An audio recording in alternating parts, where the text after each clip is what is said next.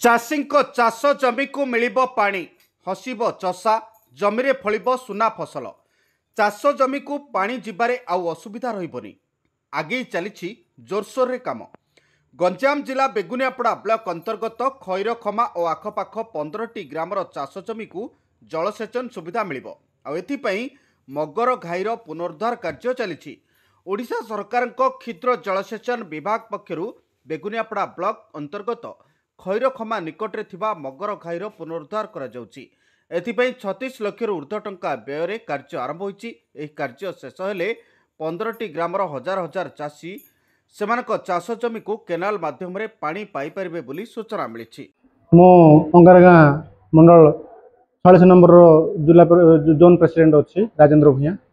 निश्चित भाव में आमर बेगुनियापड़ा ब्लॉक खैरखमा निकटस्थ मगर घाईर पुनरुद्धार खूब शीघ्र बहुत माने आमर विधायक पूरा तीक्ष्ण नजर रखिंट कम समय भितर पुनरुद्धार करी चाषी मानकर जल जोगान सुविधा से बहुत प्रचेषा चलती आउ यथासंभव आशा रखीचु कम समय भितर पूर्व सरकार रे जो माने अवहेलित होगी थिले चाषी माने वर्तमान सरकार रे बहुत सुविधार आशा रखिंट आउ आमर विधायक दूरदृष्टि रखी ताकू कम समय भितर से जल सुविधार काम को सुचारू रूपे छाड़े बोली आम भी आशा रखीचु। खैरखमा नायब सरपंच सुनीता सेठी आमर मगर घाईर पुनरुद्धार हेले लोक चाषी अनेक चाषी मानकर उन्नति हबो।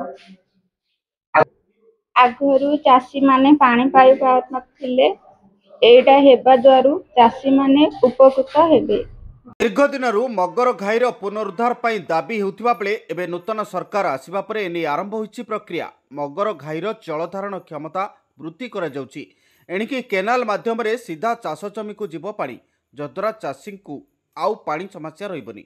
एने द्रुत गति रे आगे चली पुनरुद्धार कार्य अजाको नै खुशी प्रकट करछंती स्थानीय अंचलवासी।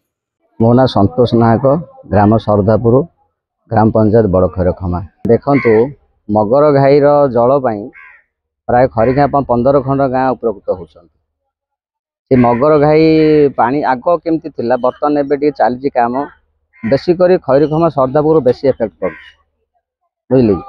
तेणु मगर घाई बर्तमान चली कम टे जल टे अधिका माने आरंभ हेले बहुत ग्राम उपकृत हेबे। जल से मगर घाई समस्त मगर घाई समस्ते भरोसा कर शीघ्र सरीगले लोक मैंने बहुत उपकृत हेबे। एमती कि बहुत उपकृत हेबे।